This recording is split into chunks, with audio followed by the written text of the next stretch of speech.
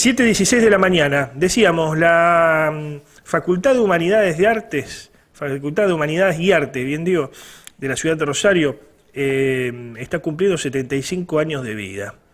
Se van a realizar actividades al respecto en los próximos días y para el caso vamos a hablar con Alejandro Vila, que es decano de esa casa de estudios. ¿Cómo estás, Alejandro? Buenos días.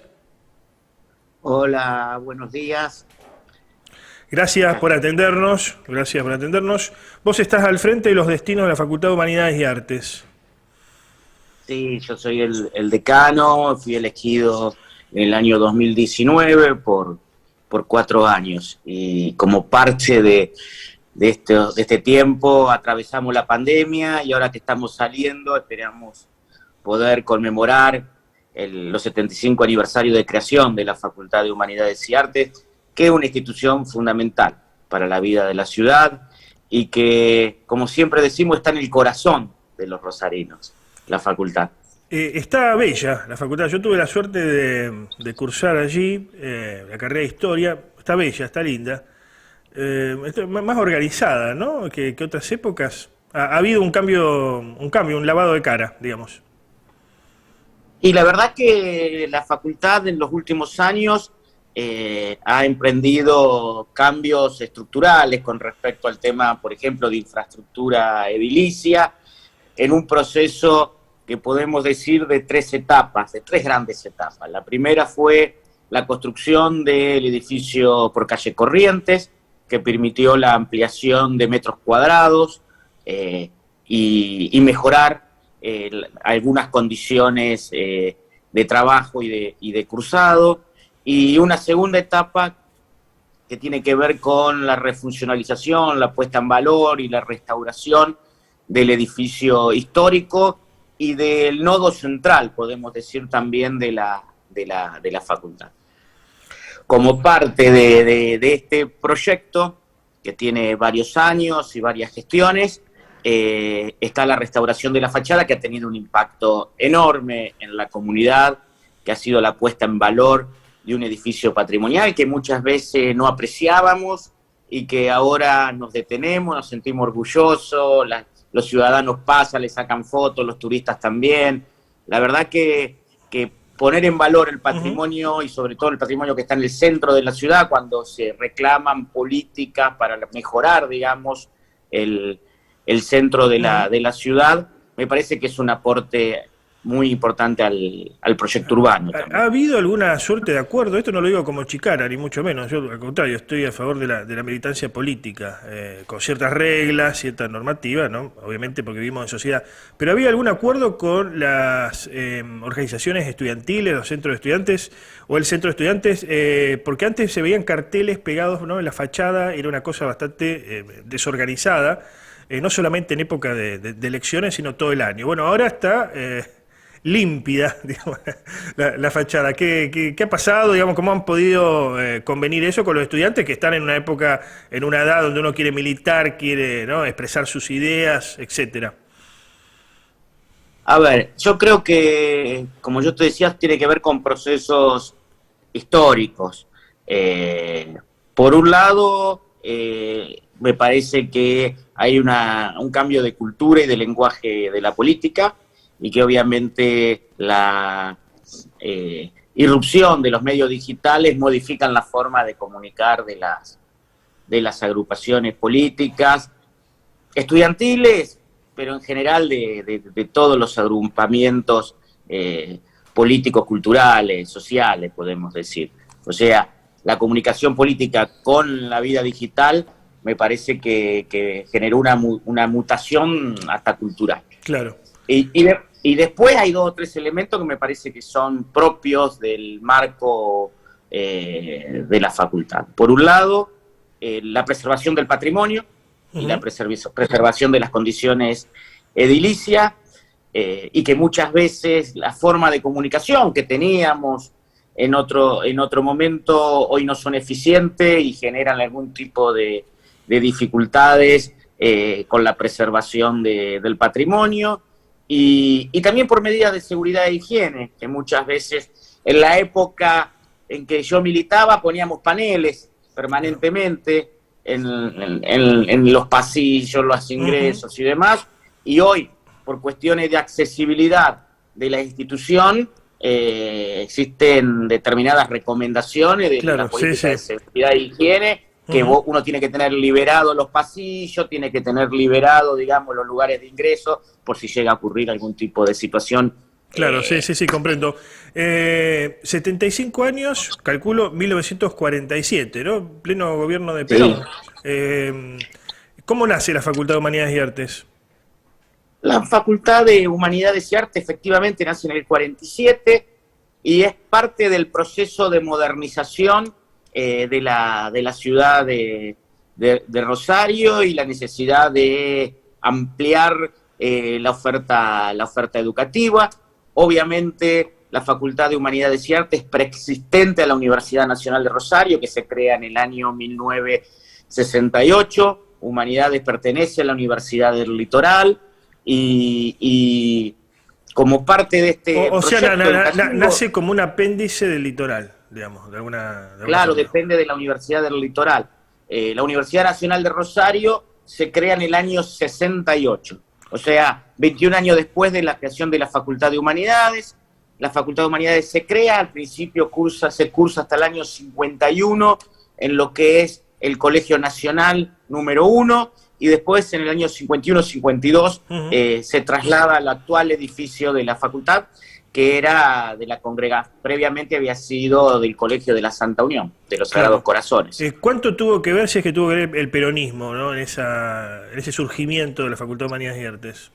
Bueno, se da en pleno proceso, digamos, del gobierno del general Perón, y obviamente no se puede disociar el proceso histórico, digamos, de la creación del peronismo con la creación de la facultad y la ampliación en algunos aspectos importantes de las políticas educativas del peronismo. Digamos, hay una ampliación claramente, por ejemplo, de la matriz de la cantidad de estudiantes de las escuelas medias, por ejemplo, que eso también genera necesidades de ampliar la oferta educativa en enseñanza superior. Es interesante esto que marcás, porque por ahí hay como una idea acendrada de alpargatas sí, libros no, que fue el peronismo, pero quizás en la práctica fue diferente.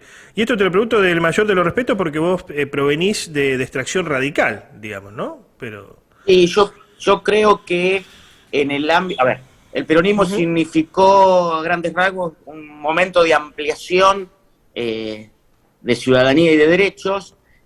A nivel de educación superior podemos encontrar rasgos identificados con estos procesos, aun cuando en algunos aspectos puntuales e importantes para la tradición reformista hubo situaciones de conflictos.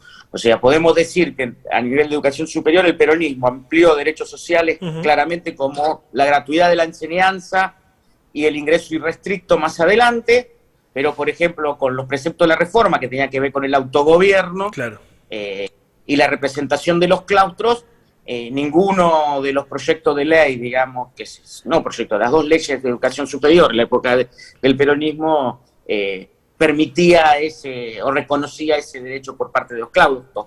Por lo tanto, hay una situación de tensión y de conflicto. Pero claramente, en algunos aspectos que hoy es parte de la agenda universitaria y que es parte de nuestro orgullo, provienen de la tradición del primer peronismo. Hoy, esta pregunta también de mayor de los respetos, ¿no? Pero como para entender un poco el ámbito y el mundo en el que estamos, ¿hoy la facultad representa al pueblo o de alguna manera es una caja de resonancia de las ansias de progreso del pueblo? ¿No? Porque hay veces que como me parece, no en todas las carreras, pero parece como que hubiera una suerte de casta o de grupo, y está la sociedad en otro lado, ¿no? Y la facultad la pagamos todos, al menos la nacional la pagamos todos, ¿no? Después el que quiera elegir la educación privada también está muy bien, puede hacerlo. Pero hoy, de alguna manera, ¿está ligada al pueblo o no? A ver. Muy buena la pregunta. Lo digo, la facultad o la universidad en general, no quiero decir, no exclusivamente humanidades. No, totalmente. Yo entiendo el sistema de educación superior, diría. Sí, exactamente. En términos de sistema, a mí me parece muy pertinente la pregunta, porque en el fondo la universidad pública, gratuita, de ingreso irrestricto, si no sirve, digamos, para el desarrollo social, para el progreso social, para el bienestar de la comunidad, la verdad que pierde fuerza, pierde potencia como proyecto, como institución. Y parte de eso, yo creo que, como siempre, digamos, hay momentos de la historia y de los procesos políticos, sociales, culturales, que hay una mayor cercanía, y hay momentos en que existe procesos sociales de retracción. Hoy, ¿en cuál de los dos momentos? Hemos vivido muchísimos momentos, quienes atravesamos estos años sabemos cuáles han sido momentos de una universidad, digamos, con recursos, con políticas progresistas y momentos de retracción. Pero a ver, yo creo que un concepto central hoy en día, un concepto central, es el concepto de la diversidad. ¿Y esto qué significa? Significa que hay que pensar una universidad que comprenda la complejidad del mundo que atravesamos y para poder brindar respuestas a estas diversidades hay que tener, por un lado, conciencia y proyectos vinculados a diversidad de trayectos educativos, vinculado a diversidad de pedagogías, a diversidad de sujetos, a diversidad de saberes, digamos. Ya la universidad, digamos, como vos bien señalabas, digamos, como una minoría homogénea, claramente ya no representa los intereses ni las necesidades de la nación ni del pueblo. Debe producir la universidad personas formadas que puedan insertarse en el sistema capitalista, porque, a ver, nos gusta o no, vivimos en un sistema capitalista, una economía que funciona. ¿Debe producir para ese sistema la universidad? Y hoy, es más, agrego, ¿hoy está produciendo gente para insertarse en el sistema? A ver, la universidad tiene tres funciones fundamentales. Por un lado, la investigación, que es el desarrollo del conocimiento socialmente significativos, que tiene que ver, por un lado, con las libertades individuales, pero también con la necesidad de fortalecer y con los derechos ciudadanos y con los proyectos de nación. Por otro lado, otro elemento fundamental de la universidad, pilar fundamental, tiene que ver con el desarrollo de la docencia.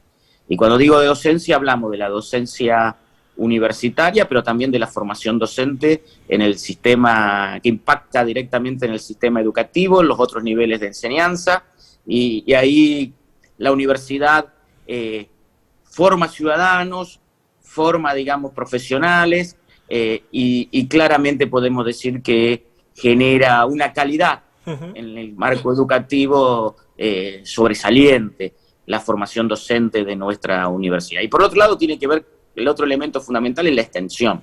La extensión no es solo pensar la transferencia, los conocimientos que tiene la universidad trasladado al medio social. Ahí lo que hay que tener es un concepto vinculado al diálogo de saberes. Claro. La universidad necesita reconocer saberes que durante mucho tiempo estuvieron excluidos. Bueno, ahí Franco Bartolacci creo que viene haciendo una buena gestión, ¿no? Digamos, si bien es verdad que ha tenido más recursos que otras administraciones de la universidad, pero viene haciendo una buena gestión de extensión, diríamos, para insertar la universidad en la sociedad. Van a realizar, Alejandro, actividades este 25 y 26 con motivo del 75 aniversario. Comentáramos más al respecto. Bueno, tomamos el año, el aniversario, la fecha exacta, la efeméride, es el 9 de agosto, pero tomamos todo el año, digamos, para conmemorar los 75 aniversarios. Y bueno, estamos con un montón de actividades próximamente. Hoy la Escuela de Historia inaugura un espacio, una sala de reuniones, y que lleva el nombre de la profesora Elida Sonsoni. Más tarde, a las 18 horas, tenemos la presentación del libro de Roberto Retamoso, que se llama Letras, 1976, y sobre el fin de semana, el día viernes y el día sábado, vamos a desarrollar una feria y un encuentro de editoriales universitarias e independientes, 75 editoriales, que la verdad es un motivo de orgullo que nuestra facultad las pueda recibir, de ser anfitriones, y además con paneles, mesas redondas, homenajes. Por ejemplo, el día sábado a las 18:30 horas se hace la entrega del doctorado honoris causa a Chiqui González. En lo personal creo que es un motivo de orgullo y una distinción más que merecida Sí. y justa. Sí, sí, sí. Y también, por ejemplo, se inaugura una tienda, una librería en la puerta de la facultad del ingreso por calle Corriente, que va a llevar el nombre del escritor paraguayo Augusto Roabasto, que fue docente de la Facultad de Humanidades y Artes, y después hay paneles, y así transitamos este año, que seguramente será muy complejo, pero también esperemos que nos permita recuperar la presencialidad plena, recuperar los vínculos, las sociabilidades, porque la universidad además también es una institución política que forma ciudadanos, que forma cuadros políticos y en un clima de pluralidad de ideas y de prácticas, que fortalece en definitiva la democracia. Coincido. Bueno, por otros 75 años más, ¿no? O muchos años más. Muchas gracias por el contacto, Alejandro. No, muchas gracias a ustedes y están invitados a participar de todas las actividades que realizamos este año y muchas gracias por invitarme a participar del programa. Adiós, gracias.